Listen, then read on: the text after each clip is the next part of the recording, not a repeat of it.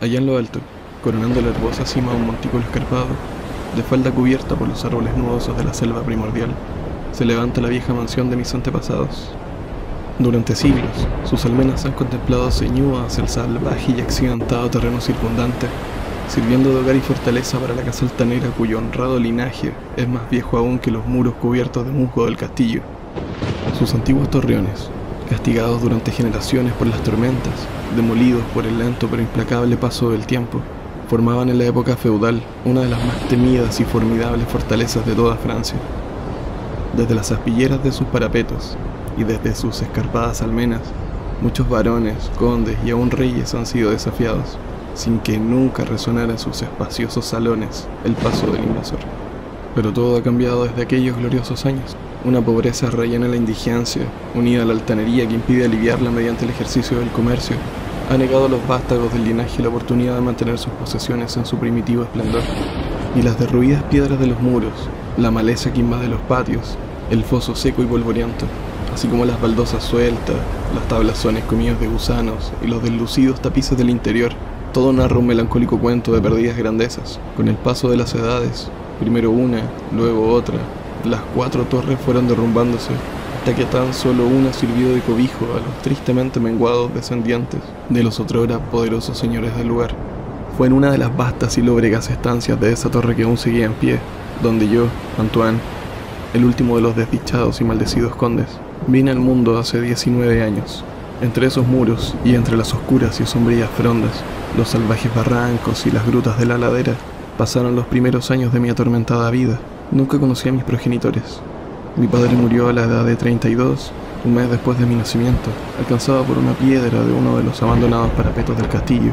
Y, habiendo fallecido mi madre al darme luz, mi cuidado y educación corrieron a cargo del único servidor que nos quedaba, un hombre anciano y fiel de notable inteligencia, que recuerdo se llamaba Pierre.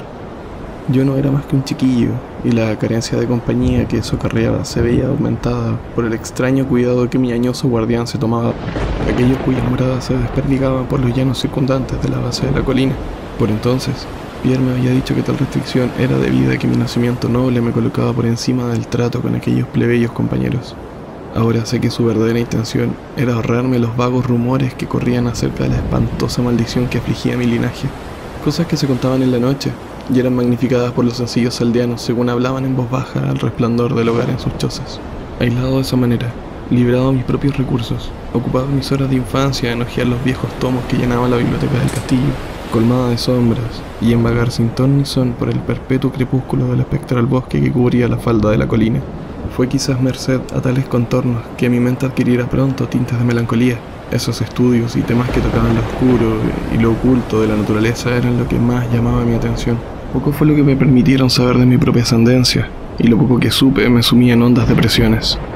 Quizás, al principio fue solo la clara arrogancia mostrada por mi viejo preceptor a la hora de hablarme en mi línea paterna lo que provocó la aparición de ese terror que yo sentía cada vez que cementaba mi gran linaje. Aunque al abandonar la infancia, conseguí fragmentos inconexos de conversación, dejados escapar involuntariamente por una lengua que ya iba traicionándolo con la llegada de la senilidad y que tenían alguna relación con un particular acontecimiento que yo siempre había considerado extraño y que ahora empezaba a volverse turbiamente terrible. A lo que me refiero es a la temprana edad en la que los condes de mi linaje encontraban la muerte. Aunque hasta ese momento había considerado un atributo de familia el que los hombres fueran de corta vida, más tarde reflexioné en profundidad sobre aquellas muertes prematuras y comencé a relacionarlas con los desvaríos del anciano, que a menudo mencionaba una maldición que durante siglos había impedido que las vidas de los portadores del título sobrepasasen la barrera de los 32 años. En mi 22º cumpleaños, el añoso Pierre me entregó un documento familiar que, según decía, había pasado de padre a hijo durante muchas generaciones y había sido continuado por cada poseedor. Su contenido era de lo más inquietante, y una lectura pormenorizada confirmó la gravedad de mis temores. En ese tiempo, mi creencia en lo sobrenatural era firme y arraigada. De lo contrario, hubiera hecho a un lado con desprecio el increíble relato que tenía ante mis ojos. El papel me hizo retroceder a los tiempos del siglo XIII, cuando el viejo castillo en el que me hallaba era una fortaleza temida e inexpugnable. En él se hablaba de cierto anciano que una vez vivió en nuestras posesiones, alguien de no pocos talentos, aunque su rango apenas rebasaba el del campesino. Era de nombre Michel, de usual sobrenombre Maubais, debido a su siniestra reputación. A pesar de su clase, había estudiado, buscando cosas tales como la piedra filosofal y el elixir de la eterna juventud, y tenía fama de ducho en los terribles arcanos de la magia negra y la alquimia.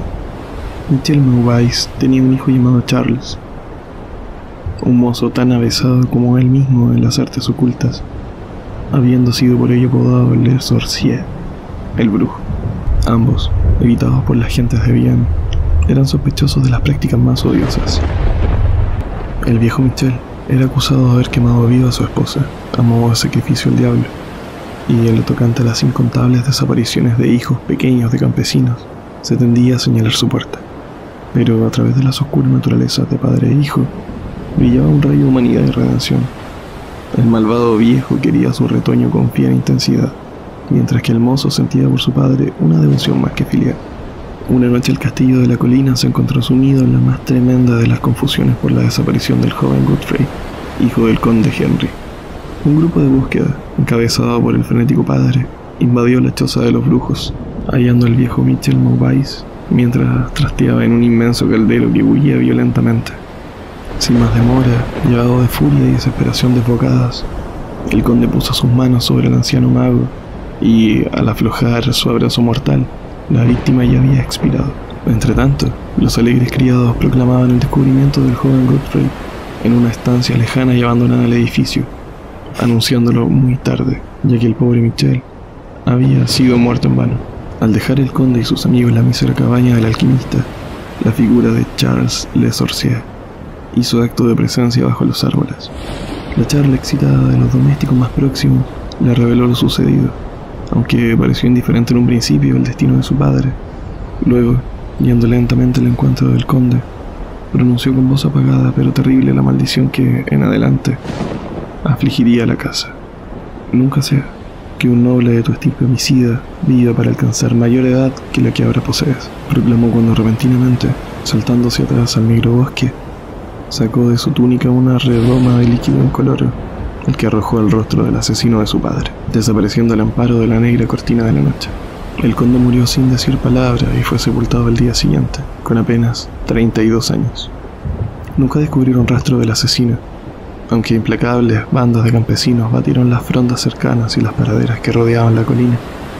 El tiempo y la falta de recordatorios aminoraron la idea de la maldición de la mente de la familia del conde muerto, así que cuando Godfrey, causante inocente de toda la tragedia y ahora portador de un título, murió traspasado por una flecha en el transcurso de una cacería, a la edad de 32 años, no hubo otro pensamiento que el de pesar por su deceso. Pero cuando, años después, el nuevo joven conde, de nombre Robert, fue encontrado muerto en un campo cercano y sin mediar causa aparente, los campesinos dieron a murmurar acerca de que su amo apenas sobrepasaba los 32 cumpleaños cuando fue sorprendido por su temprana muerte. Louis, hijo de Robert, fue descubierto ahogado en el foso a la misma fatídica edad, y desde ahí la crónica ominosa recorría los siglos. Henry, Roberts, Antoine y Armand, privados de vidas felices y virtuosas cuando apenas rebasaban la edad que tuviera su infortunado antepasado al morir. Según lo leído, parecía cierto que no me quedaban sino 11 años. Mi vida, tenida hasta entonces en tan poco, se me hizo ahora más preciosa cada día que pasaba, y me fui progresivamente sumergiendo en los misterios del oculto mundo de la magia negra. Solitario como era, la ciencia moderna no me había perturbado, y trabajaba como en la Edad Media, tan empeñado como estuviera el viejo Michel y el joven Charles en la adquisición de saber demonológico y alquímico. Aunque leía cuanto caía en mis manos, no encontraba explicación para la extraña maldición que afligía a mi familia.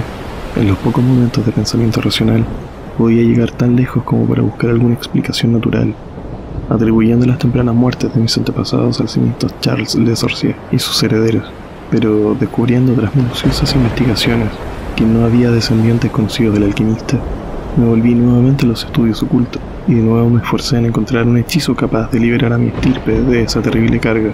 En algo estaba plenamente resuelto: no me casaría jamás, y ya que las ramas restantes de mi familia se habían extinguido, pondría fin conmigo a la maldición.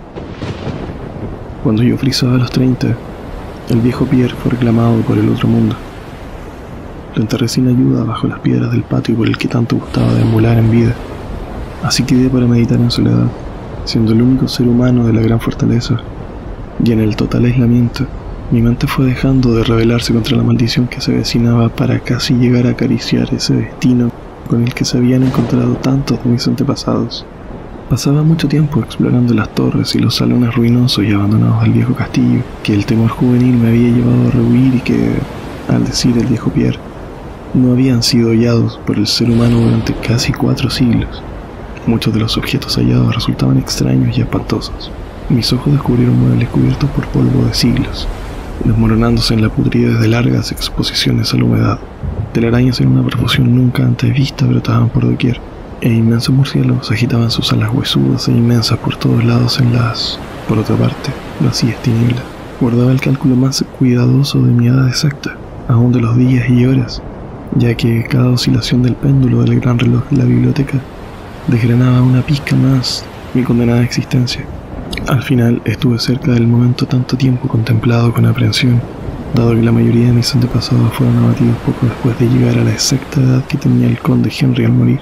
Yo aguardaba en cualquier instante la llegada de una muerte desconocida. ¿En qué extraña forma me alcanzaría la maldición?